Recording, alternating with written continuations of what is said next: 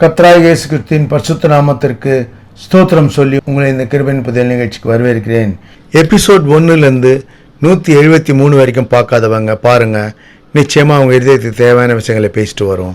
நாம் தொடர்ந்து யாத்திராகமத்தில் மோசே எப்படி ஆண்டவர் தெரிந்து கொள்றான்றதை பற்றி பார்த்துட்டு வரோம். தொடர்ந்து வாட்ச் பண்ணுங்க. இன்ட்ரெஸ்டிங்கான சப்ஜெக்ட். யாத்திராகமத்தில் மோசேயை ஆண்டவர் எப்படி தெரிந்து கொள்றாரு, அவருக்கு எப்படி ஒரு பொறுப்பை ஆண்டவர் கொடுக்கறதுக்கு சூஸ் பண்ணுறாரு, அவரோட நடத்துதல் எப்படின்றத பார்த்தோம். இப்போ தொடர்ந்து கண்டினியூ பண்ணுவோம். மோசேவை பார்வோன் கொலை செய்ய வகை தேடுறான். ஏன்னா இவர் எகிப்தியனை கொண்டு போட்டார், அது தெரிஞ்சு போச்சு, சகோதரனை அடித்தான்னு சொல்லிட்டு. அதனால் பார்வோன் மோசேயை கொலை பண்ண வகை தேடுறார். இவர் என்ன பண்ணுறாரு, மீதியான் தேசத்துக்கு தப்பிச்சு போயிடுறாரு.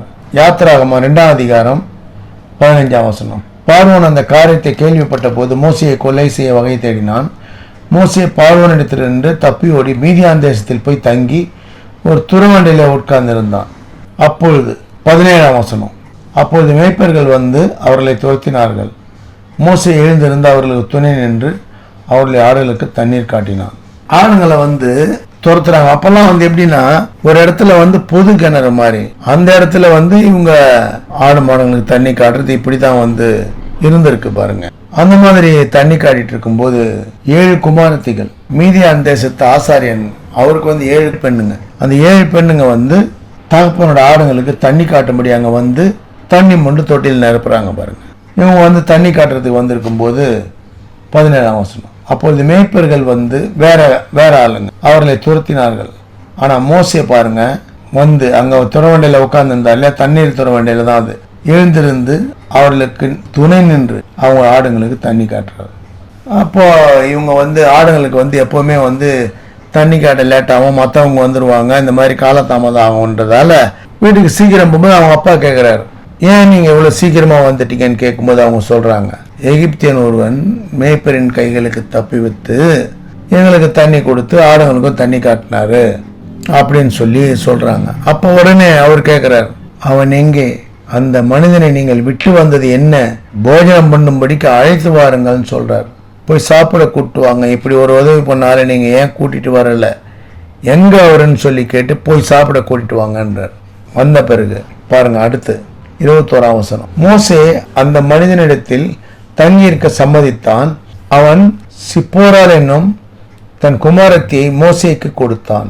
போற இடத்துல ஆண்டவர் கரெக்டா அது அந்த நேரத்துல எல்லாம் நடக்குது. இவர் தேசம் விட்டு தேசம் போனா கூட அங்க ஆண்டவர் இரக்கம் கிடைக்கும்படி, ஒரு அடைக்கலம் கிடைக்கும்படி செய்யறாரு பாருங்க. திருமணமே நடக்கும்படி பெண்ணை கொடுக்குறாரு அவர், சிப்போரால் என்ற பேர் கொண்ட பெண்ணை. அதுக்கப்புறம் அவருக்கு பிள்ளை பிறகுது, எல்லாம் நடக்குது. சில காலம் போன பிறகு எகிப்து ராஜா மரித்த பிறகு இந்த இஸ்ரவேல் புத்திரர் அடிமைத்தனத்துல தான். இஸ்ரவேல் புத்திரர் 23ஆம் வசனம். எகிப்து ராஜா செத்துறாரு இல்லையா, அதுக்கப்புறம் இஸ்ரவேல் புத்திரர் அடிமைத்தனத்தினால் தவித்து முறையிட்டு கொண்டிருந்தார்கள். அவர்கள் அடிமைத்தனத்திலிருந்து முறையிடும் சத்தம் தேவ சந்நிதியில் எட்டினது. சில சமயங்கள் அப்படிதான் பாருங்க. நாம நம்ம அந்த நம்மளுடைய புலம்பல், நம்மளுடைய அழுகை, நம்மளுடைய கண்ணீர், நம்மளுடைய வேதனை, இதெல்லாம் நம்ம சொல்லி தெரியணுன்றதில்லை, ஆண்டவர்கிட்ட முறையிடாமையே தெரியும். ஆனா அவங்க முறையிடுறாங்க பாருங்க. அந்த அடிமைத்தனத்திலிருந்து முறையிடும் சத்தம் தேவ சந்நிதியில். எங்களுக்கு ஏன் இவ்வளவு கஷ்டம், நாங்க ஏன் இப்படி நல்லா தானே இருந்தாங்க. ஏன்னா அவங்க அடிமைத்தனத்துல இல்லை பாருங்க, நல்லா வாழ்ந்தாங்க கானான் தேசத்துல. கானான் தேசத்துலேருந்து யோசேப்பு இங்க வந்த பிறகு அந்த சந்ததி இங்க பெருகிட்டாங்க. யோசேப் வந்தார், அவங்க தகப்பன் வந்தார், அவங்க குடும்பங்க வந்தது, உறவுகள் அப்படியே இந்த தேசத்தில் அவங்க பெருகிட்டாங்க. அதனால வந்த பிரச்சனை இது. திரும்ப ஏன்னா ஆண்டவரோட மகிமை விளங்கும்படி எல்லாம் நடக்கணும் இது. அதனால இன்னொன்று இவங்களும் பெருகணும், இஸ்ரவேல் ஜனங்கள் பெருகணும். ஏன்னா பெருக பண்ணுவேன்னு சொல்லிட்டார் ஆண்டவர். அதனால பெருகதான் பண்ணுவார், பெருக பண்ணுவேன்னு சொல்லுவார். அந்த வாக்குத்தத்தம் மாறாது பாருங்க. அதுதான். அதுக்கப்புறம் பாருங்க, தேவன் அவர்கள் பெருமூச்சை கேட்டு தாம் ஆபிரகாமோடும், ஏன்னா இவங்க இந்த முறையிட்டே இருக்காங்க பாருங்க. அடிமைத்தனத்தில் இவங்க கஷ்டப்படுறது, இவங்களுடைய வேதனையை முறையிட்டே இருக்கும்போது ஆண்டவரோட சன்னதிக்கு போயிடுச்சு.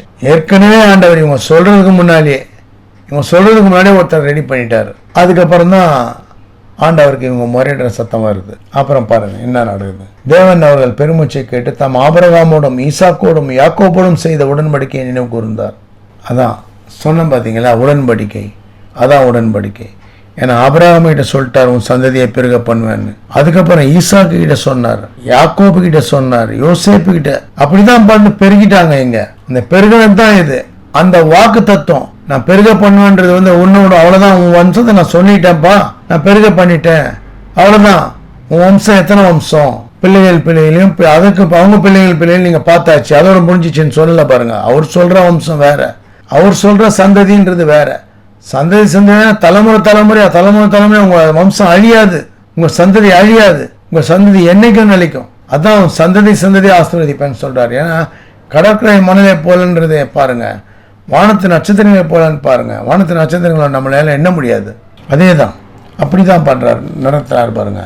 அதுக்கப்புறம் தேவன் இஸ்ரவேல் புத்தரை கண்ணோக்கினார், தேவன் அவரை நினைத்தறினார்.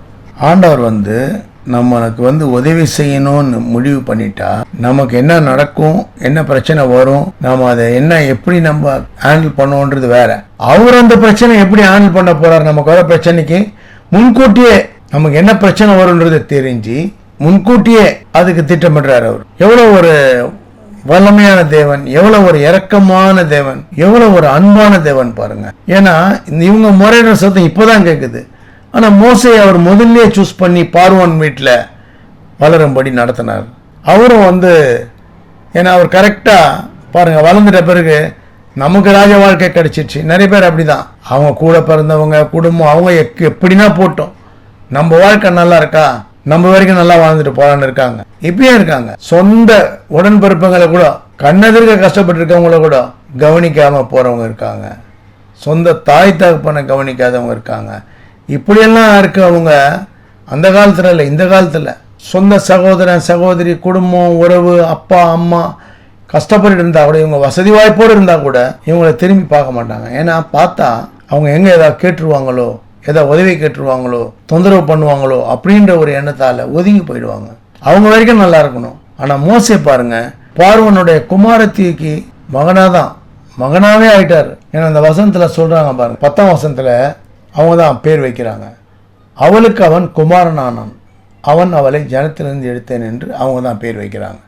அதனால குமாரன் ஆயிட்டாரு, பார்வனுடைய பேரன் ஆயிட்டாரு. அவரு பார்வனுடைய மகளே சொந்த மகனா பேர் கொடுத்து அவங்களே வளர்க்குறாங்க. அரண்மனையில ராஜபோகத்துல வாழ வேண்டிய ஒருத்தர்.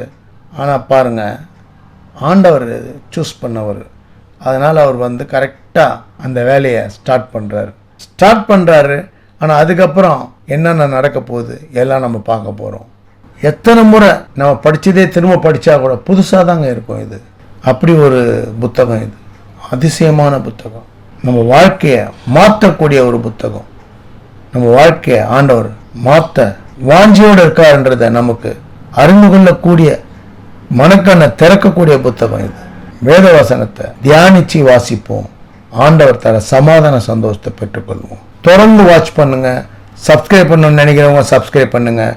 பிடிச்சிருந்தா லைக் பண்ணுங்க, ஷேர் பண்ணுங்க. அநேக இதயங்களை ஆண்டவர் தொடும்படி நிறைய வருவோம். God bless you all. கர்த்தராகிய இயேசு கிறிஸ்துவின் விலையேறப்பட்ட ரத்தத்திற்கு ஜெயத்தை ஏறெடுத்து அவருடைய பரிசுத்த நாமத்துக்கு ஸ்தோத்திரம் சொல்லி நிறைவு செய்கிறேன். நன்றி. தேங்க்ஸ் ஃபார் வாட்சிங். தேங்க்யூ.